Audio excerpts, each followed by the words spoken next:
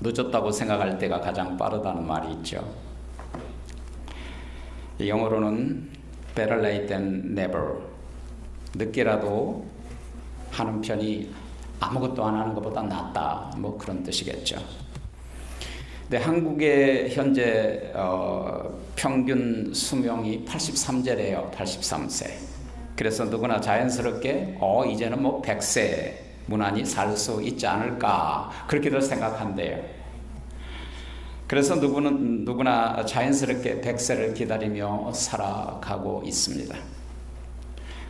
한국의 어느 설문기관에서 직장인들 2,376명을 대상으로 해서 나이 때문에 새로운 일에 대한 도전을 포기한 사람들이 얼마나 될까 하고 봤더니 70%래요. 이 나이에 무슨 이렇게들 많이 생각한다는 거예요. 그러니까 10명 중 7명 이상은 나이 때문에 새로운 도전을 포기한다는 것입니다. 왜 그러냐고 물어봤더니 나이가 들어 실패할 경우에 회복이 불가능할 거라는 두려움 때문이라고 대답을 했습니다. 그런데 나이가 많아도 새로운 일에 도전하는 사람들을 어떻게 생각하느냐라고 물어봤더니 참 부럽다라고 생각하는 사람이 80%예요. 여러분 그 한국의 방송인 유명한 방송인 중에서 유재석과 또 누구죠? 박명수인가요? 그 두 사람이 항상 콤비를 이루어서 나타나는 그 프로그램들이 있는데 그 사람 두 사람의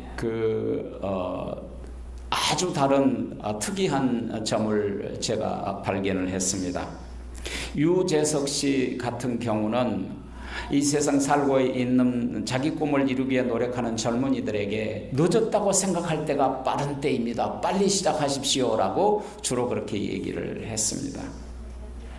그런데 이 박명수라는 분은 늦었다고 생각할 때 그건 진짜 늦은 거야. 하나 많아야. 이렇게들 두 사람의 차이가 굉장히 다르다고 되어 있더라고요. 그러니까 이 박명수라는 사람은 항상 2인자 자리에 맴돌고 앞을 치고 나가지 못한다. 뭐 그렇게 얘기를 했더라고요. 여러분 실패한 사람의 특징은 늦었다고 생각할 때 이미 늦은 거라고 포기하는 겁니다. 그런 사람은 백발백중 실패하죠. 문제는 생각의 차이예요. 지하철 노숙자에게 월스트리트에 성공한 기업가로 변신한 사람 중에 크리스 가드너라는 회장이 놀라운 얘기가 전달되고 있습니다. 그는 아무도 거들떠보지 않는 흑인 노숙자였습니다. 영화 행복을 찾아서라는 영화가 있는데 실제 주인공이도 한 크리스 가드너는 독자들에게 책을 직접 써서 자신의 성공에 대한 스토리를 얘기해 주었습니다. 천신만고 끝에 이분이 돈을 좀 모아서 크리스토퍼 가드너 인터내셔널 홀딩스라는 펀드 회사를 설립해서 지금은 수십억 대의 갑부가 되었습니다. 자기 자산이 수십억 달러예요. 이 사람은 어려서부터 지독하게 반복되는 불행 속에서 또 경제 불황이 부닥치면서 겨우 얻은 집 그리고 겨우 가진 직장까지 잃고 3살짜리 그 어린아이를 데리고 아내와 함께 노숙 생활을 했지만 그 노숙 생활을 하는 가운데서도 끝까지 꿈과 희망을 잃지 않고 자신을 단련시켰다고 합니다. 크리스 가드너는 남보다 좀 뒤처졌다고 생각하는 사람들에게 자신감보다는 망설임이 앞서는 사람들에게 반드시 해야 할 3가지 중요한 진리를 가르쳐 줬습니다. 첫째는 뭐냐면 세상에서 가장 큰 선물은 자기 자신에게 기회를 주는 삶이에요. 여러분 자기 자신에게 기회를 주세요. 두 번째 강조한 것은 가진 것이 부족하기 때문에 나는 없어서 못해라고 말하지 말고 남들처럼 그래서 성공할 수 없다라고 말하지 말고 무엇을 가졌든 지금 손에 쥔 것부터 시작하라는 거예요. 마치 이것은 모세가 이집트에 가서 바로의 왕에게 아무것도 할 수 없습니다. 무엇으로 그렇게 합니까? 라고 말하니까 네 손에 있는 게 뭐냐? 지팡이입니다. 그 지팡이를 가지고 엄청난 놀라운 역사를 이루었던 곳에서 비롯된 얘기입니다.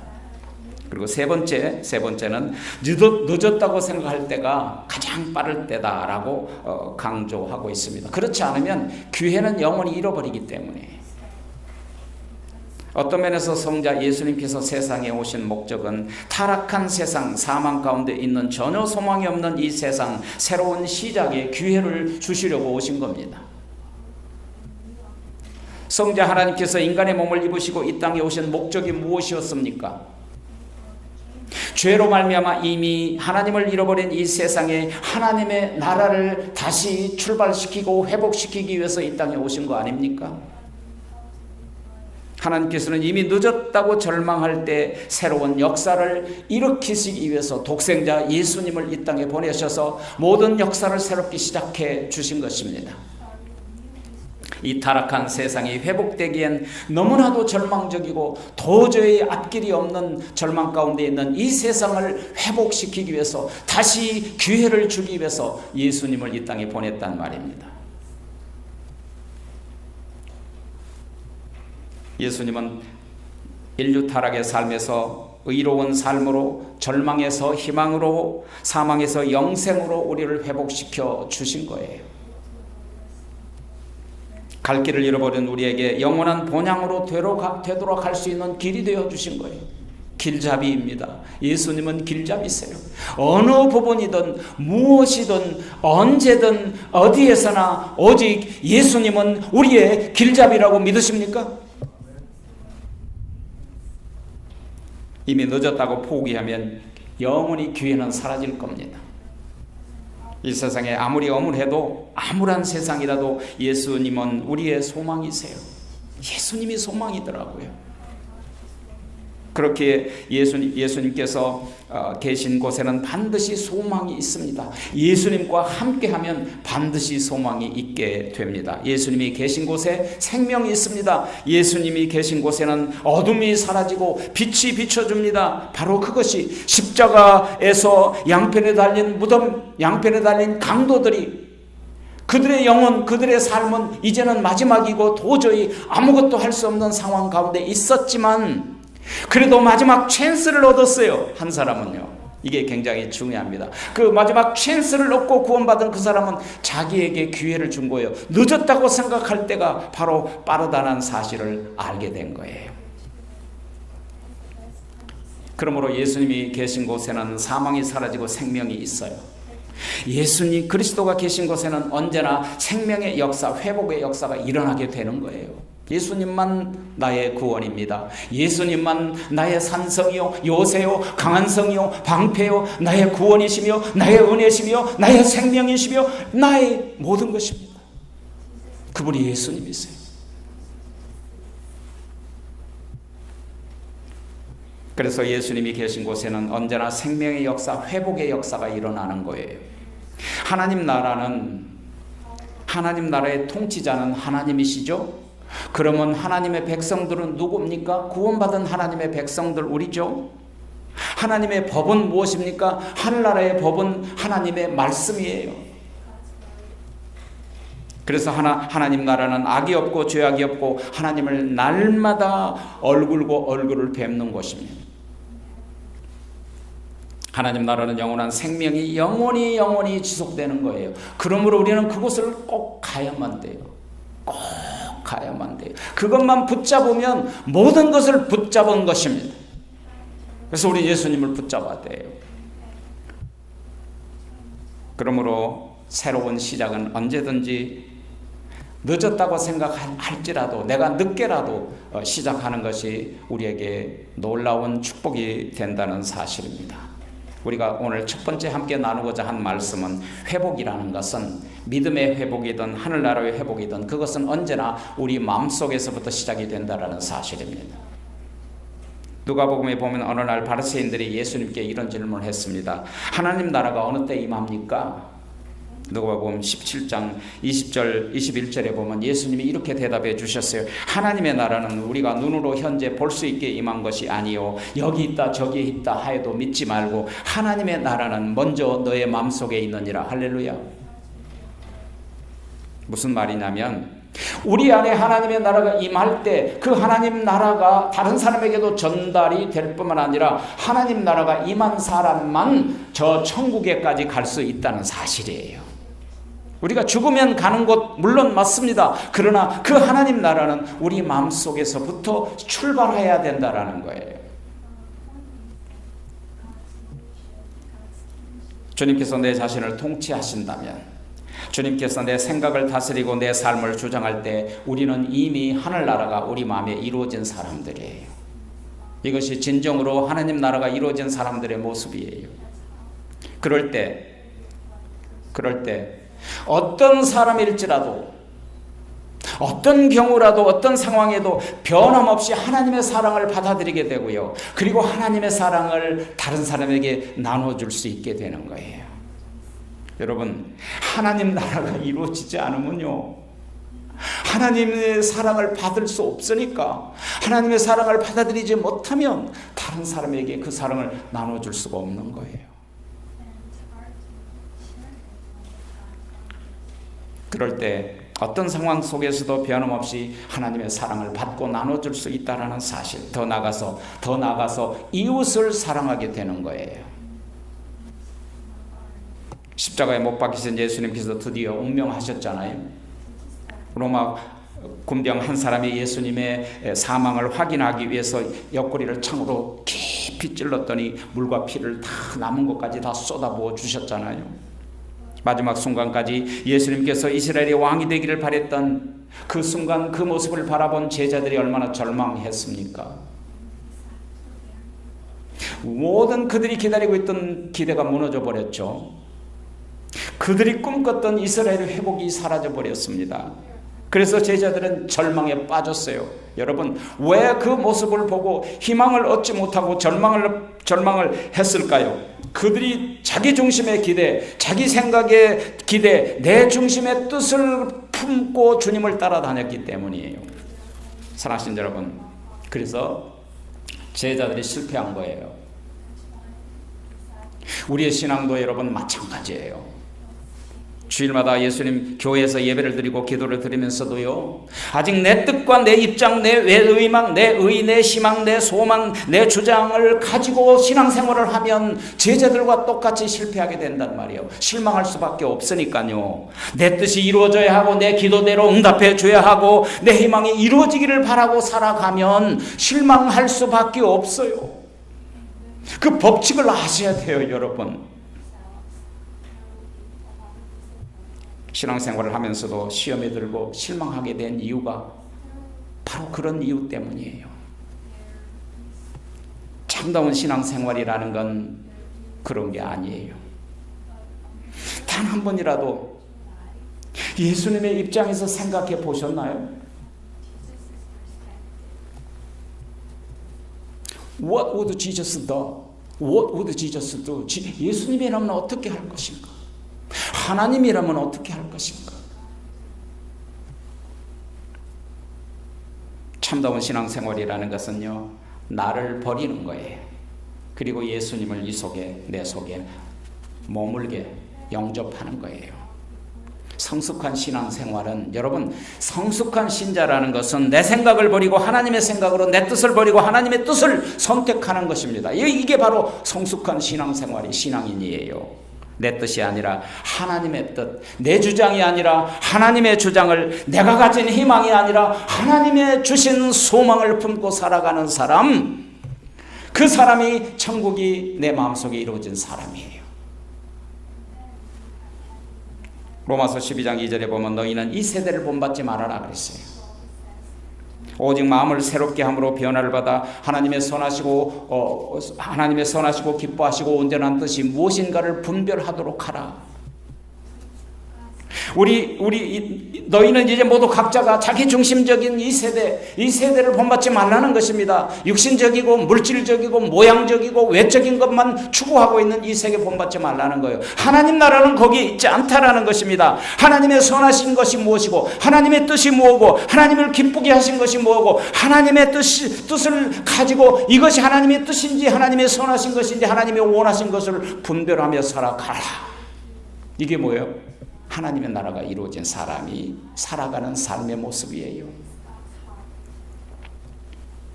그러므로 회복이라는 건 이처럼 먼저 내 마음속에서부터 시작을 한다는 것입니다. 천국도 먼저 내 마음에서부터 시작을 해요. 내 마음부터 시작하지 않는 천국은 우리 갈 수 없어요.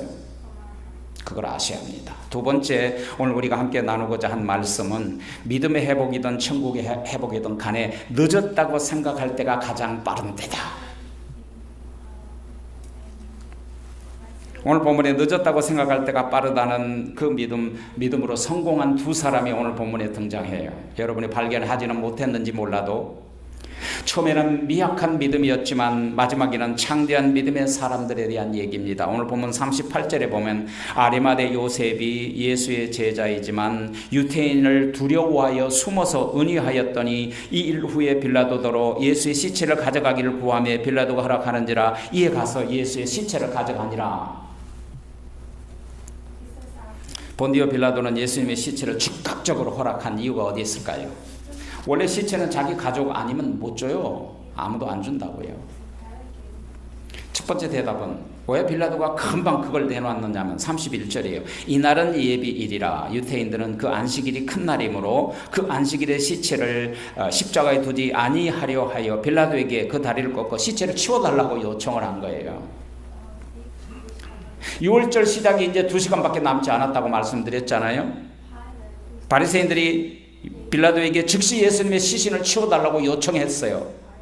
본디오 빌라도는 이 시신을 내어달라는 아리마대 요셉의 요구를 거절할 이유가 전혀 없었죠. 환경이 딱 맞아 들어간 거예요. 그렇습니다. 어떤 일을 할 때 보면 우리는 종종 어떤 여건과 환경이 내가 하고자 하는 일과 딱 맞아 들어갈 때가 있어요. 그걸 갖다가 때가 맞아 돌아간다라고 얘기하는 게 성경에서 때가 탁탁탁 맞아 돌아간다. 엄청난 하나님의 섭리입니다. 그건 우연이 아니에요. 하나님의 뜻을 이루시려고 환경과 시간과 뜻을 딱 맞아 돌아가게 하셨다라는 것이죠. 두 번째는 아리마대 요셉이 예수님의 시체를 요구한 이유는 뭐예요? 뭐 때문에 예수님의 시체를 요구했어요? 예수님의 십자가에 못 박힌 곳에는요, 거기 성경에 보니까 오늘 본문 41절과 42절에 보니까 못 박힌 곳에 동산이 있다 그랬어요. 동산이 있고 동산 안에는 아직 사람을 장사한 일이 없는 쇠무덤이 있는지라 이날은 죄송합니다. 유태인의 예비일이요 또 무덤에 가까운 곳으로 예수님을 거기에 두었다 그랬어요. 쇠무덤은 아리마대 요셉이 자기가 나중에 죽으면 쓰려고 자기 무덤을 새롭게 아주 부자니까 이 사람이 굉장히 호화롭게 왕의 무덤처럼 만들어 놓은 곳입니다. 근데 그곳에는 아무도 장사 지낸 적이 없는 쇠무덤이에요. 아무도 들어가지를 않았어요. 근데 요셉이 예수님의 시신을 구했던 이유 한 가지는 내가 이제라도 정성을 다해서 새 무덤의 장례를 치러드리고 싶은 그런 욕망이 생긴 거예요. 지금이라도 내가 늦었지만 내가 섬기던 우리 주님 앞에 내가 늦었지만 지금이라도 주님을 섬기는 일이 이것뿐이구나. 아마 그런 마음이었을 거예요. 근데요, 또 한 사람이 등장해요. 아리마대 요셉뿐만 아니라 오늘 39절과 40절에 보니까 일찍이 예수께서 밤에 찾아왔던 니고데모도 몰약과 침향 섞은 것을 100건 가지고 온지라. 이에 예수의 시체를 가져다가 유태인의 장례 법대로 그 향품과 함께 세마포로 쌌더라. 여러분, 이 말씀은요, 왕에게 장례식을 치른 모양이에요. 보통 사람들은 이렇게 하질 않아요. 굉장히 중요한 포인트가 여기 있어요. 유태인들의 장례법은 시체에, 로마인들은 시체에다가 방부제를 집어넣거든요. 근데 유태인들은 보통 이렇게 향품을 바르고 부드러운 천으로 이렇게 둘둘둘 말해가지고 세마포로 깨끗하게 그 모습을 해서 장세를 지냈는데, 이건 그냥 평상시에 노멀한 사람들에게 하는 것이 아니고 이것은 왕이 죽었을 때 하는 장사법이에요. 그런데 이 존귀한 사내들인의 니고데모가 예수님의 장례법에 따라서 필요한 값비싼 향품과 세마포를 가져다가 유태인의 관습대로 왕의 제사를 장례를 드려줬다는 거예요. 더욱 놀라운 사실은 아리마대 요셉의 신앙은 유태인이 두려워서 예수님을 믿는 자기 자신을 은희하고 숨겨서 신앙생활을 했단 말이에요. 누가 볼까봐 살살 그냥 안 보이게 비밀리에 멀찍이 아닌 것처럼. 니고데모도 그랬어요. 니고데모도 역시 사람들의 눈을 피해서 밤중에 몰래 예수님을 찾아갔잖아요, 여러분. 모두 70명의 사내들인의 권력자들이요, 이 사람 둘 다. 그 다음에 권력을 지키는 것이 믿음보다도 소중하다고 생각했어요. 그들은 재력이 든든한 부자들이었어요. 그들은 많은 사람들로부터 존귀와 칭찬을 받았어요. 그러니까 행실이 굉장하다는 거 아니겠어요? 사람들의 평판과 하나님의 평판, 사람들의 평판을 하나님의 평판보다도 우선적으로 여겼던 사람들이에요. 그래서 드러내지 않고 누가 볼까봐 마음속으로만 예수님을 존경하고 따라다녔단 말이에요. 그런 태도로 보아서 그들은 처음부터 온전한 예수님의 제자나 완전한 그리스도인이 아니었음을 우리가 알 수 있어요. 그럼에도 불구하고 이들은 어떻게 모든 제자들마저 다 주님을 버리고 배반하고 절망과 공포의 극한 상황 속에서 있는데도 불구하고 어떻게 오히려 두려움 없이 자기 자신을 이제 노출시켜서 충성스럽게 예수님의 장례를 왕의 장례처럼 지려주려고 하고 있을까?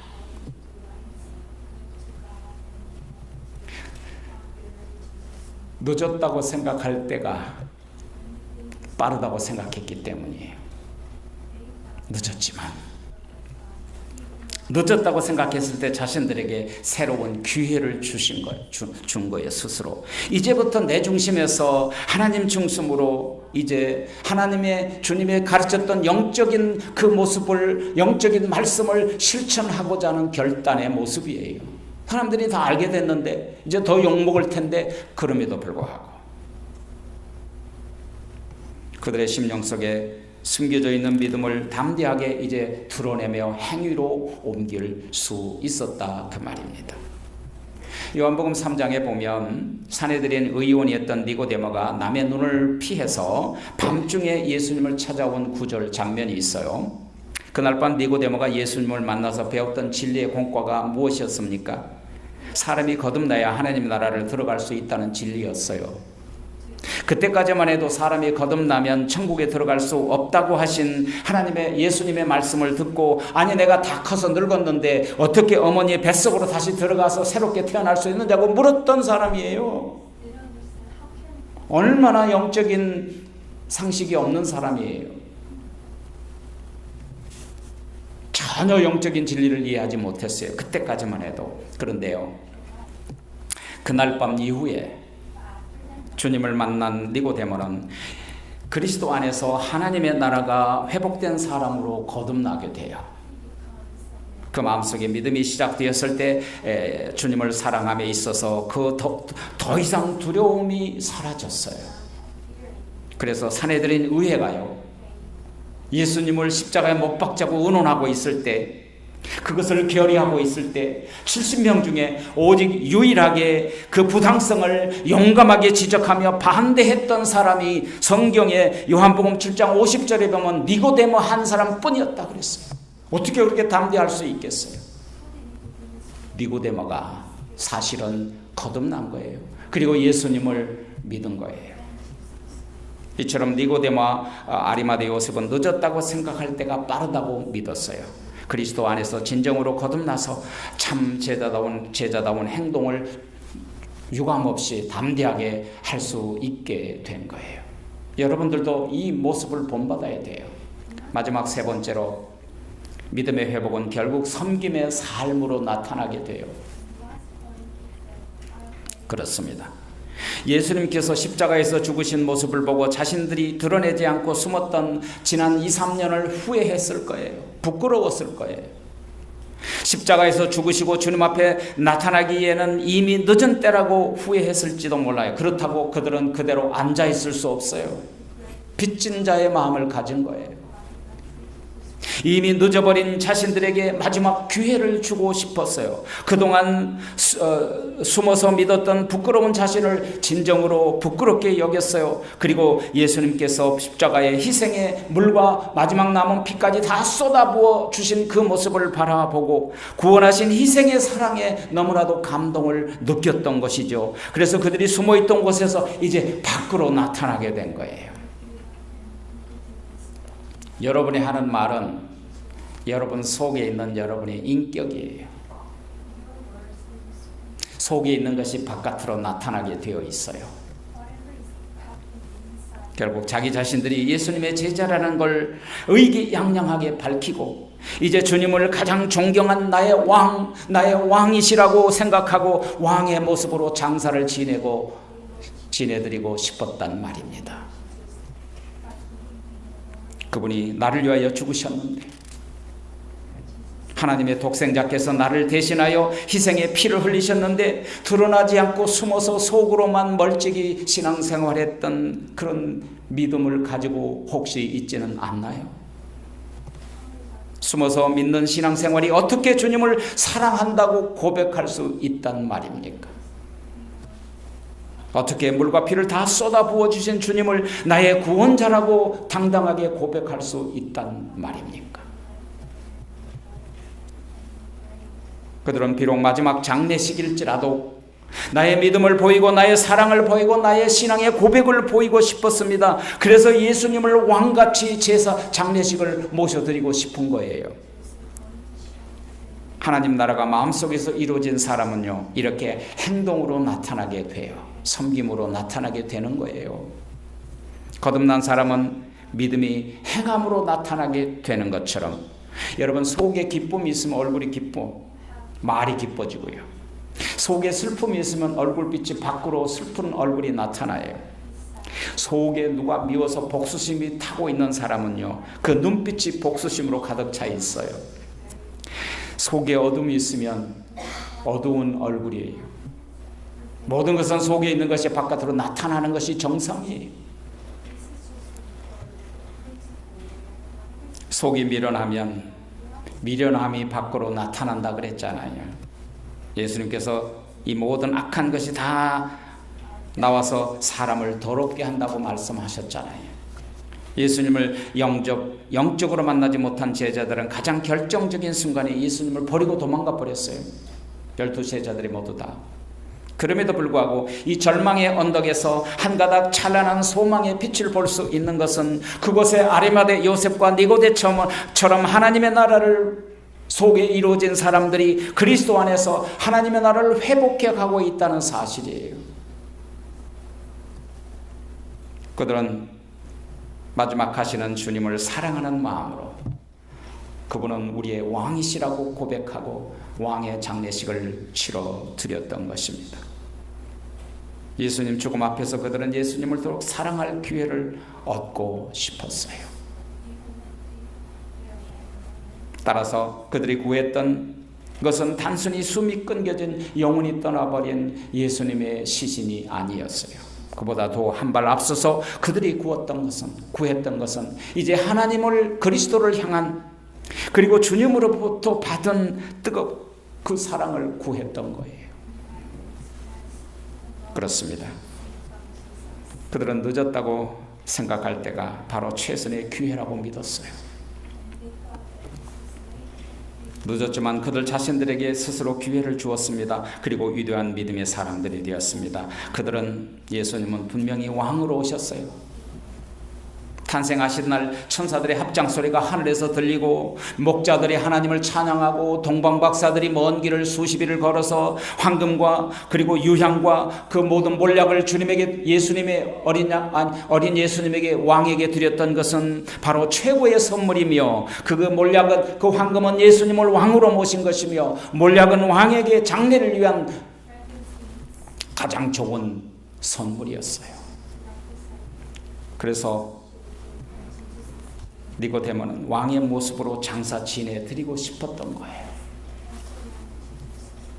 오늘 나타난 모습으로 보면 예수님을 왕의 장례식으로 치를 수 있었던 것은 특별히 왕인의 장례식을 벗어난, 보통 보면 오늘 본문 39절에 보면 일찍이 예수께 와서 찾아왔던 니고데모는 몰약과 침향 섞은 것을 100리라쯤 가져왔다. 100리트쯤 가져왔다. 이 말은 이 몰약 향료 100리트면 엄청난 거예요. 엄청난 거예요. 어떤 왕도 그렇게 많은 리트를 사용하지 않았어요. 역사적으로. 그 탈무드에 보면요, 그 바울의 스승이었던 가말리엘, 그때 이스라엘의 최고의 학자 가말리엘이 죽을 때 이 향을 80리트 향품을 넣었다 그랬어요. 100이 안 넘었어요. 80이 안 넘었어요. 그런데 예수님에게는 100리트라는 엄청난 왕으로서의 향료를 부어준 거예요. 유다 왕들이 죽을 때도 80리트 정도 향품을 썼다고 돼 있어요. 근데 그곳이 바로 다윗성이에요. 역사적으로 보면 예수님을 장례한 곳에 동산이 있다 그랬잖아요. 이 동산은 그냥 동산이 아니에요. 옛날 왕들의 장례를 지냈던 궁궐 동산이라 그 말이에요. 궁궐. 왕들의 무덤이 대부분이 그곳에 있었다 그런 뜻이에요. 열왕기상 21장 26절에 돼 있어요. 예수님도 왕들이 묻힌 다윗성의 궁궐 안에 아리마대 요셉이 자기 무덤 가운데 넣었다 그 말입니다. 새 무덤은 왕에게만 줄 수 있는 새 무덤이에요. 그리고 아리마대 요셉과 니고데모는 그분을 왕으로 섬기기를 원한 거예요. 사람들이 무서워서 비밀 제자로 사람들이 무서워 비밀 제자처럼 지냈지만 이제 마지막 가는 주님에게 나타났을 때는 그 주님의 죽음이 얼마나 위대한 것인가를 깨달은 후부터는 예수님을 왕으로 섬기기 시작했다라는 사실이에요. 나의 왕이요, 이제 당신은 나의 왕이십니다. 예수님이 살아계실 때 사람들이 눈을 무서워 신앙을 숨기고 지냈던 사람들이에요. 다 공회원들이요, 권력자들이요, 고귀한 지위를 가지고 있어요. 평판이 중요했어요. 재물이 중요했어요. 높임을 받았어요. 그러나 이제는 나보다는 주님을 높이기를, 왕으로 섬겨드리기를 원하는 결단을 늦었다고 생각했지만 그것이 가장 빠른 때였었다 그 말입니다.